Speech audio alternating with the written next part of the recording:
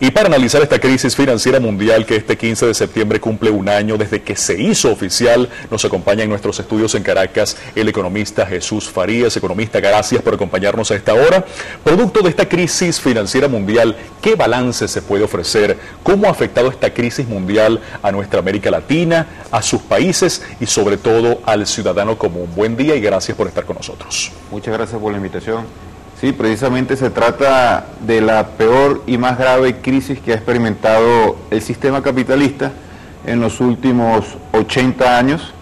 Estamos escuchando, hoy se cumple un año de la quiebra emblemática de Lehman Brothers, una crisis que tiene una dimensión financiera, pero no es estrictamente financiera, ni se limita al ámbito económico. Es una crisis del sistema capitalista y que está azotando, un verdadero terremoto, y que implica un golpe y un costo social sumamente elevado. Esa es la dimensión social de la crisis.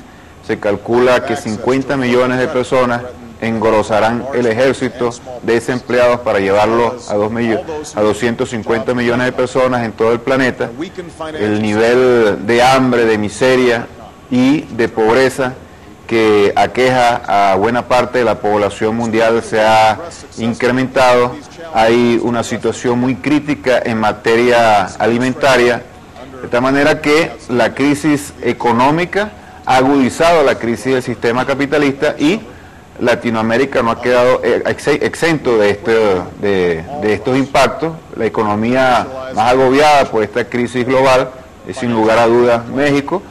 Se espera que la economía mexicana retroceda en 10 puntos el Producto Interno Bruto al cerrar el año 2009, y esto está muy estrechamente vinculado a la asociación que hay en el marco del Tratado de Libre Comercio entre Canadá, Estados Unidos y México, donde México prácticamente tiene que recibir todos los embates y todos los costos, todo el peso de la crisis que se deriva de su epicentro, que son los Estados Unidos de Norteamérica. De tal manera que se trata de una crisis social, una crisis política, incluso una crisis ética y una crisis ideológica.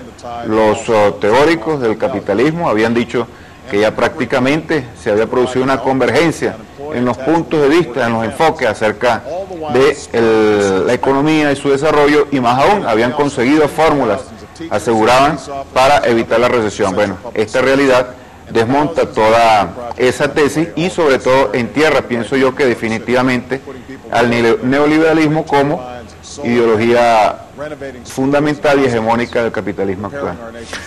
Sí, estamos con el economista Jesús Farías, quien nos acompaña a esta hora en nuestros estudios. ¿Piensa usted que se puede catalogar de positivos los mecanismos puestos en práctica por parte de los países de nuestra América para enfrentar esta crisis financiera? Bueno, hay diferencias en ese sentido. En algunos casos se ha observado que el Estado ha jugado un papel muy importante para tratar de recuperar a las economías o de protegerlas ante los impactos de la crisis. Este es un factor que no se presenta en cada una de las economías en su mismo signo. Eso lo podemos ver en países como Venezuela, en países como Bolivia, en países como Ecuador, donde prácticamente se está abriendo un espacio muy importante para que el Estado participe en la economía. En otras economías donde esto no se ha producido, por supuesto que la recuperación y la posibilidad de enfrentar la crisis es mucho más precaria. Eso por una parte. Y por otra parte, la necesidad de proteger a los sectores más vulnerables de la sociedad, a los sectores más empobrecidos por los impactos de la crisis, es totalmente diferenciado. Y esto es una forma también de medir la vía cómo se confronta la crisis, porque la crisis, si bien tiene una expresión económica, tiene obviamente un impacto social, y la manera como se están distribuyendo los costos y los pesos, los grandes daños de esta crisis económica en lo interno de la sociedad es totalmente diferenciado. Hay gobiernos, como los que le acabo de mencionar, que tienen un compromiso muy claro con los sectores populares y hacen un esfuerzo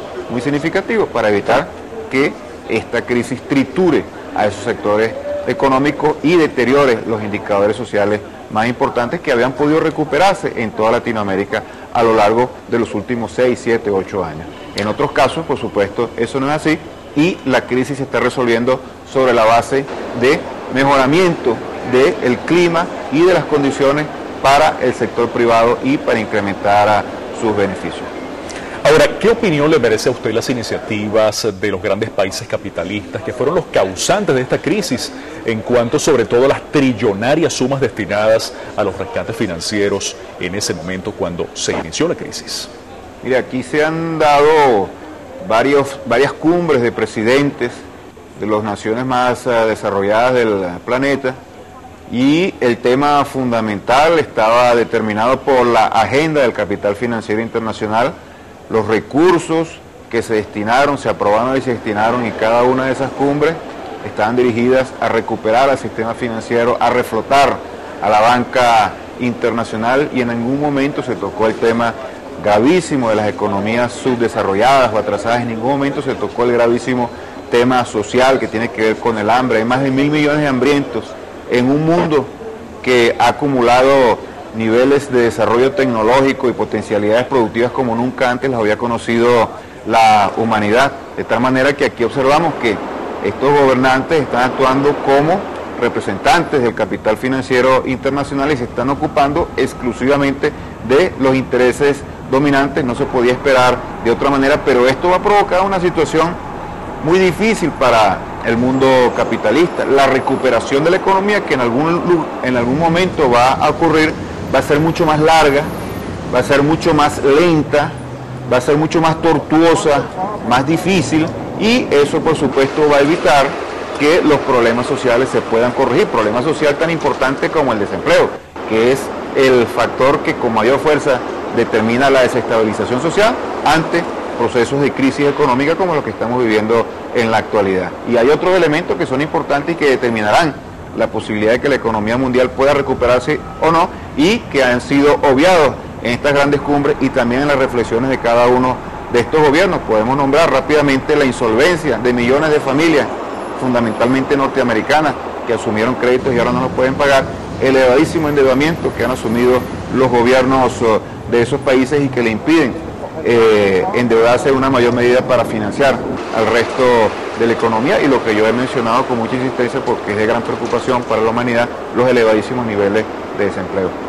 Bien, muy rápidamente y para recapitular, ¿hay posibilidades entonces de salir de esta crisis en el corto o en el mediano plazo, o está el mundo destinado a permanecer en ella? Y sobre todo, muy importante, ¿qué opciones hay?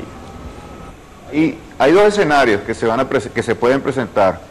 Uno de ellos es que la crisis se siga profundizando, que la crisis se siga consolidando, que se traduzca en una situación de profunda o más profunda depresión económica. Eso en el caso en que estas contradicciones y estas debilidades, fundamentalmente la gran debilidad que exhibe el sistema financiero y su incapacidad de convertirse en un ente de financiamiento para el desarrollo de la economía, si eso se mantiene de esa manera, por supuesto que la depresión económica se profundizará. Lo otro que puede ocurrir es que la economía recobre progresivamente, como decía anteriormente, de una forma muy lenta y muy tortuosa el crecimiento económico, pero en estos casos nosotros no debemos crearnos falsas expectativas. Esto será un proceso largo y lleno de agudas contradicciones. Tampoco podemos creer que el estatus o la situación, condición de crisis, será una condición permanente de la economía mundial, ya que estas crisis